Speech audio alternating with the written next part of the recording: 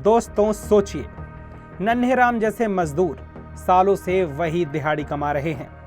महंगाई बढ़ती जा रही है, लेकिन उनकी मजदूरी वहीं की वही, क्योंकि जिस इंडेक्स से उनकी मजदूरी तय होती है वो तकरीबन 30 साल से अपडेट ही नहीं हुआ था।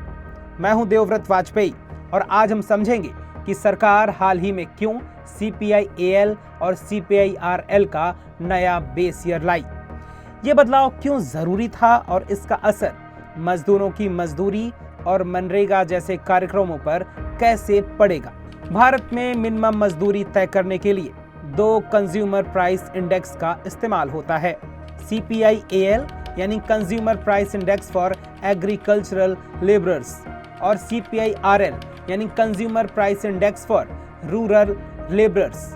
लेकिन समस्या ये थी कि इन इंडेक्स का बेस ईयर 1986-87 था, यानी ग्रामीण भारत के खर्च करने का पैटर्न 30 साल पहले जैसा मान लिया गया था, जबकि असल में लोगों की खपत काफी बदल चुकी है। आखिरकार करीब 3 दशक बाद सरकार ने बेस ईयर को 2019 कर दिया। नए इंडेक्स में ज्यादा राज्यों को शामिल किया गया है, ज्यादा गांव और ज्यादा सामान, ताकि असल कंजम्पशन पैटर्न को बेहतर तरीके से पकड़ा जा सके। इस बदलाव का मतलब है कि खाने पीने की चीजों का वेटेज घटा दिया गया है। पहले CPI में खाने का हिस्सा 69% था, अब घटकर 57 से 58% रह गया है, जबकि हेल्थ, एजुकेशन और प्रोटीन वाली चीजों जैसे मांस, मछली का हिस्सा बढ़ा दिया गया है। इससे फायदा ये होगा कि मजदूरों की असली महंगाई बेहतर तरीके से कैप्चर होगी। अभी तक ऐसा होता था कि खाने पर ज्यादा वेटेज होने से बाकी खर्च जैसे इलाज, पढ़ाई, ट्रांसपोर्ट कम गिना जाता था, यानी मजदूर की असली तकलीफ महंगाई के आंकड़ों में सही से दिखती ही नहीं थी और उसी हिसाब से उनकी मजदूरी भी अटकी रहती थी।